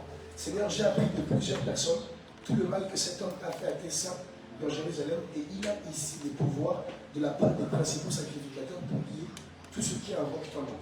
Est-ce qu'il est incrédule là ou pas? Je vous pose la question. Loris, tu veux dire quelque chose? On t'écoute. Pourquoi tu dis qu'il est incrédule? On t'écoute. Parce que s'il sait que Dieu peut tout faire, et si c'est Dieu qui l'a envoyé, eh bien il ne doit pas douter, il doit aller directement. Pourquoi je vous dis ça? Parce que l'évangélisation prophétique, des fois, peut vous surprendre. Dieu peut vous dire d'aller voir une personne, on est dans la révélation des personnes. Et vous vous dites, mais c'est pas possible. cette personne-là, je sais qu'elle peut me tuer, elle peut me faire... Mais si c'est Dieu qui vous a dit, alléluia, peut-être cet tonton-là ou cette tontine-là, ou ce papa-là de votre famille, juste quand vous le regardez, vous sentez que si je me parle là, il risque de me faire passer un sale quart d'heure. Non, Dieu peut vous dire, allez les voir, prêche la parole parce que je vais le parler. Qu'est-ce qui se passe? Ananias, au début, il commence à douter. Le problème de l'évangélisation prophétique, c'est que si vous n'avez pas été exercé au prophétisme, alléluia. Parce que pour rentrer dans la fréquence prophétique, il faut rencontrer des gens. Le prophète David, ça doit faire 10 ans que je te connais. Hein. Ah oui, hein, le temps passe vite, frère. Hein? Le célibat jusqu'à... Hein? Le temps passe vite. Hein. Mais j'ai grandi avec un prophète. Je peux le dire aujourd'hui. J'ai grandi avec un prophète. J'ai grandi avec un prophète avant que l'église ne commence. Pour apprendre aussi comment être sensible. Un jour, il m'a dit quelque chose que j'ai toujours retenu. Il m'a dit, homme de Dieu, quand tu ne sais pas quelque chose, il faut te taire et t'asseoir et attendre. Cette voiture-là, je la tiens aussi de toi parce que le prophète David. Et quand il m'a dit ça, j'ai compris quelque chose. Vous pouvez voir par moments des cultes, des choses qui se passent et vous vous dites, tiens, est-ce que ça vient de Dieu? Prophétie, quand Dieu commence à parler, c'est des choses qui doivent arriver dans votre vie. Mais si vous commencez à douter, vous dites, non, cette histoire-là, il m'a dit que je vais devenir avocat, mais j'ai que des échecs à l'école. Si on t'a dit que tu vas devenir avocat, même si tu as des échecs à l'école, commence à étudier. Amen. Pendant que tu vas étudier, et Saint-Esprit va commencer à renouveler ton intelligence. Amen. Tu vas peut-être commencer avec un 3 sur 20. Alléluia. Mais si tu as la foi que Dieu peut transformer le 3 en 6, ça deviendra un 6. Après les 6, Dieu va te montrer que tu peux monter à 9. Alléluia. Et un jour, tu auras 11. Et puis si tu as encore la foi, tu monteras à 18. Alléluia. Par moment, la foi se déclenche comme ça. Alléluia. Et c'est lui qui m'a appris à prier pour les malades. Il faut dire non. Homme de Dieu, même si les malades ne guérissent pas, continue à prier. Même s'ils rentrent qui ne sont pas malades et qui ne sont pas guéris, continue à prier. Tu ne sais pas ce que le Seigneur va faire. Alléluia. Bien-aimé dans le Seigneur, vous êtes bénis d'avoir un prophète. Alléluia. Que le Seigneur soit glorifié. Donc la révélation des personnes. Nous voyons Ananias qui va vers donc Philippe. Pardon, nous voyons ici Ananias qui va vers l'apôtre Saul. Dieu voulait nous montrer quelque chose. C'est que vous ne devez pas craindre qui que ce soit. Il n'y a personne sur cette terre que nous devons craindre. Si ce n'est l'Éternel des armées, notre Seigneur Jésus-Christ. Quand Dieu te dit d'aller prêcher à une personne, même si pendant que tu es en train d'aller, on te dit, tais-toi, ne parle pas. Si c'est Dieu qui t'a dit ça, bien-aimé dans le Seigneur, obéis juste à ce qu'il t'a dit. Même si la personne te dit tais-toi, si Dieu t'a dit, vas-y, évangélise cette personne, il faut que tu l'obéisses. Ça, c'est la révélation des personnes. Bien-aimé dans le Seigneur, quand tu sais qui c'est que Dieu t'a demandé de pouvoir évangéliser, tu gagnes beaucoup de temps. Et tu évites beaucoup de situations très problématiques. Alléluia. Donc on voit ici Ananias qui va vers l'apôtre Saul. On va avancer pour laisser le service prophétique dans quelques instants. Donc on voit l'apôtre Saul qui va vers l'apôtre Ananias qui va vers Saul et qui prie pour lui. Il ouvre les yeux, il reçoit le Saint-Esprit, la puissance de Dieu se manifeste dans sa vie. Nous allons maintenant bien nommer dans le Seigneur, toujours dans la révélation des personnes, dans Actes chapitre 10. Vous connaissez cette personne, donc je ne serai pas très long, à partir du verset 1. Pour ceux qui prennent note, vous pouvez lire tout le chapitre 10. Il s'agit de Corneille. Dieu va révéler à Pierre qu'il doit aller chez un païen. Les prophètes David. Pierre, c'est encore quelqu'un qui est dans la religion. Pour lui, c'est le judaïsme, les choses pures et impures. Il a fallu que Dieu se révèle à lui. Bien aimé dans le Seigneur, la grâce prophétique permet de pouvoir faire briser la culture, alléluia, toute l'intelligence. Tel que vous me voyez comme ça, prophète, il y a quelqu'un qui a vu l'affiche qui a dit, ah, peut-être tu étais dans ces histoires-là des prophètes. Tu vois, la personne me regarde et dit, mais toi je te connais, tu étais peut-être réformé ou des choses comme ça. Tu es dans les histoires des prophètes. Je me suis tué, j'ai rien dit, alléluia. J'ai juste laissé apprécier la grâce de Dieu, alléluia. Et bien aimé dans le Seigneur, quand vous n'êtes pas dans le prophétique, vous bloquez, alléluia, la puissance de Dieu. Ananias a voulu bloquer la puissance de Dieu, alléluia. Mais heureusement, Dieu, quand il a parlé, il a réussi à amener Saul à la conversion. Mais par contre, Corneille, Pierre était bloqué. Il savait qu'il ne pouvait pas aller chez des personnes qui sont païennes. Ce n'est pas possible pour lui. Avec ou sans l'onction de la puissance de Dieu. Tant que Dieu ne montre pas que je peux aller là-bas, Pierre fait ça, alléluia. Et il y a beaucoup de Pierre comme ça. Amen. Pourtant, c'est le même Pierre qui a vécu des miracles, qui a guéri des gens, alléluia, qui était auprès de Jésus. Bien aimé dans le Seigneur, le prophétisme, le prophétique fait peur. Les gens ont peur Parce que Dieu est vraiment présent dans le prophétique. Yes. Je peux vous prêcher comme ça, c'est juste un enseignement, alléluia. Mais quand un prophète commence à prendre le micro, alléluia, il commence à voir vos vies, alléluia. Dieu est en train de parler au travers de lui et les gens ont peur de ça. Les gens ont peur de ça parce qu'il y a des gens qui débordent. C'est pas parce qu'il y a des gens qui débordent qu'il n'y a pas des gens qui font ça avec la crainte de Dieu, alléluia. Donc on doit enlever cet esprit de religiosité. Pierre était religieux. Il commençait à combattre, j'ai envie de dire, la vision. Il a fallu que Dieu puisse lui montrer une nappe.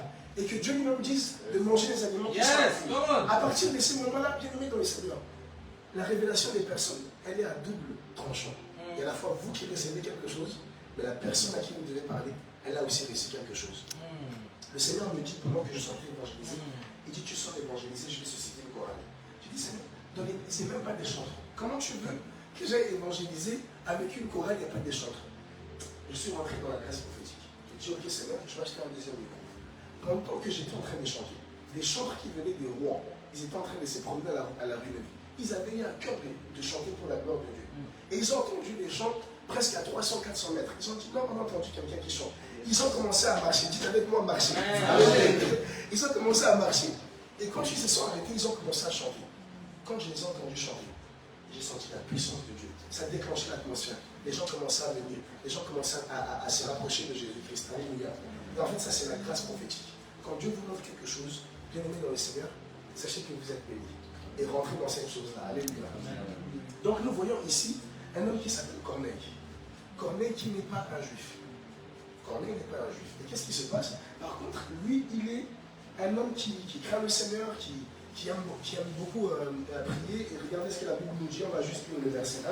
Il y avait à Césarée un homme nommé Corneille, centenier dans la cour dite romaine, verset 2. Cet homme était pieux et craignait Dieu avec toute sa maison. Il faisait beaucoup de monde au peuple et priait Dieu continuellement. Des fois, la fréquence prophétique qui vient quand vous êtes dans la crainte de Dieu. Un homme qui craint beaucoup Dieu déclenche en lui un esprit prophétique. Alléluia. Parce que Dieu aime parler dans la vie des personnes qui mènent une vie sainte. Alléluia. Mais quand vous vivez dans le péché, vous bloquez l'onction prophétique. Alléluia.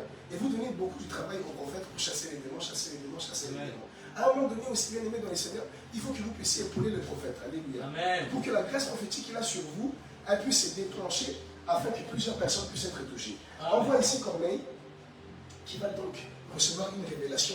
Il va voir un homme de Dieu venir chez lui. Et Pierre va aller chez Corneille, il va commencer à prier pour Corneille, et la grâce de Dieu va s'étendre dans la maison de Corneille. Toute la maison va se convertir. Est-ce que vous vous imaginez?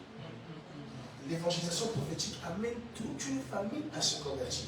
Quand Dieu vous montre un homme, vous savez que la Bible dit, si tu crois au Seigneur, toi et toute ta famille, vous serez sauvés. Alléluia. C'est ce qui s'est passé pour Corneille. Alléluia. Dites avec moi l'évangélisation prophétique. Alléluia. On termine avec la dernière évangélisation, c'est la révélation des paroles. Alléluia. On va dans Jean chapitre 4. Pour ceux qui notent, vous pouvez noter Jean chapitre 4 à partir du verset 3 à 42. Et je termine mon message par là, après on va prier, et je laisserai le micro pour vous. Jean chapitre 4 à partir du verset 3 à 42. Alors, on ne va pas lire tout le chapitre, je vais juste vous le résumer. Et la prophète, avant que je donne la révélation des paroles, il y a quelque chose que Dieu m'a montré dernièrement qui a changé mon ministère.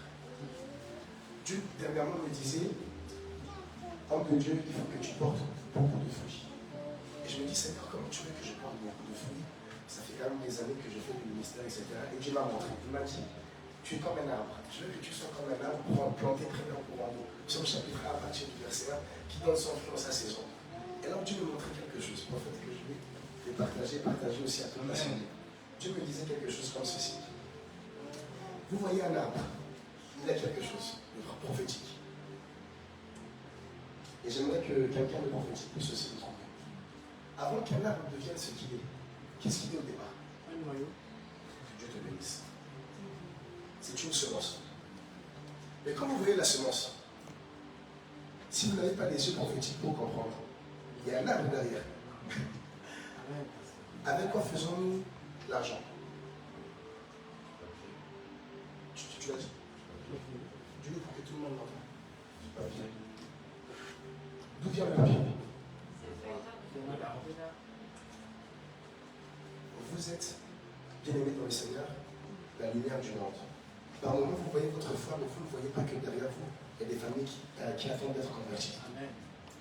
L'évangélisation prophétique, c'est aussi un moyen de pouvoir sortir des personnes des ténèbres.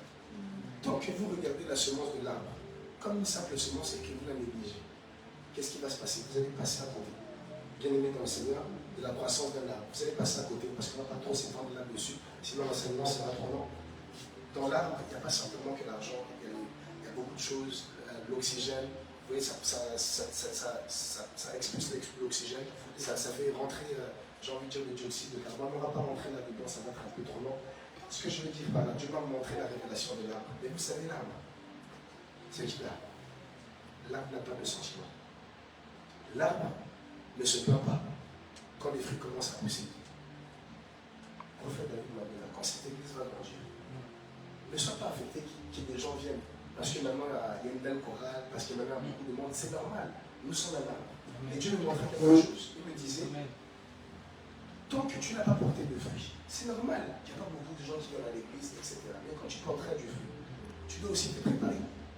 Parce que regardez l'arbre, quand il porte du fruit. Nous, en Afrique, c'est ce qu'on faisait. Quand il y a des monts, qu'est-ce qui se passe? Les enfants prennent des cailloux. Et qu'est-ce qu'ils font? Ils jettent sur l'arbre. En fait, quand tu insultes, c'est une bénédiction. Ça veut dire qu'il y a une grâce, que les gens voient derrière toi. Quand les gens commencent à dire des choses mauvaises, parce qu'ils sont en train de voir quelque chose de bon en toi, ils essaient de te salir. Alléluia. Et Dieu m'a montré ça. Et là, je me suis dit, waouh, ça veut dire que quand les gens vous font du mal, les gens vous parlent mal, les gens dénigrent la grâce qui est sur vous. Alléluia. Mais vous êtes une bénédiction. Quelqu'un qui prend le temps de vous critiquer, alléluia. C'est Dieu que vous avez de l'importance, alléluia. Si quelqu'un prend le son d'énergie, alléluia, ça soit pour dire, ah, cette soeur elle est comme ça, ce frère elle est comme ça. Et ça veut dire que vous êtes quelqu'un d'important, alléluia. Commencez pas à combattre cette personne, ça veut dire qu'il y a une grâce sur vous, et Dieu me montrait ça. Mais alors qu'est-ce que l'arbre il a? Il a quelque chose de spécial. Dieu me montrait l'image de l'arbre. Vous allez comprendre par les paroles. L'image de l'arbre a quelque chose de très particulier.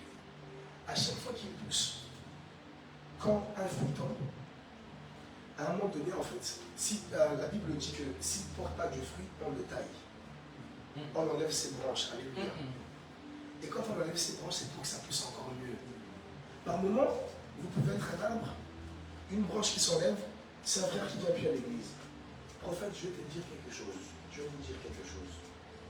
Vous ne devez jamais être affecté par l'absence de quelqu'un. Alléluia. Parce que quand une personne part, alléluia, et que vous restez dans l'évangélisation prophétique, la personne qui est partie amènera une meilleure personne sans s'en rendre compte. Alléluia. Parce que Dieu est comme ça, alléluia.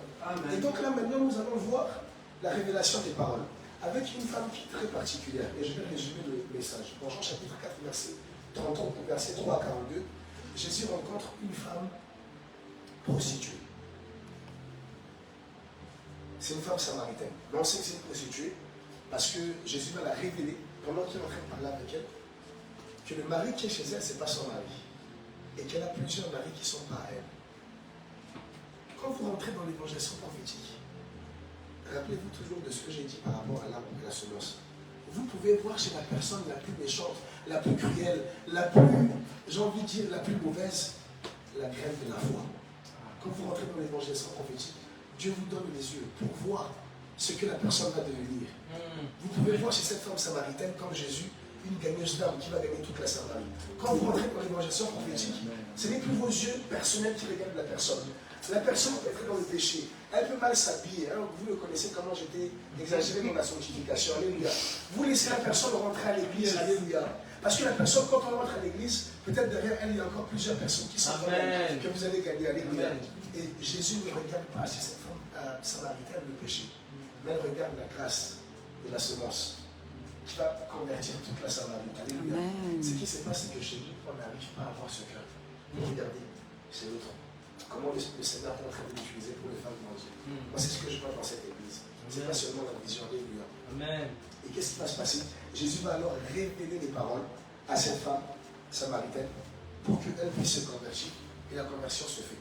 Non simplement elle se convertit, mais en plus de ça, bien aimée dans le Seigneur, elle convertit toute la Samarie. Alléluia. Le frère Serge va nous augmenter un peu juste le son. S'il te plaît, homme de Dieu, on va prier. Alléluia. Amen.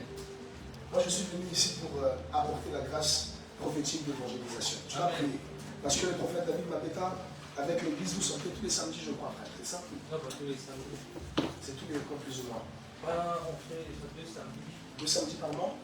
Alléluia. Et le prochain samedi, c'est quand? Je pense que c'est samedi, mais L'autre samedi. Alléluia. On va prier tout l'autre samedi. J'aimerais que toute l'église se lève. Alléluia. On va prier tout l'autre samedi qui va avoir lieu pour que la puissance de Dieu accompagne toute l'équipe d'évangélisation.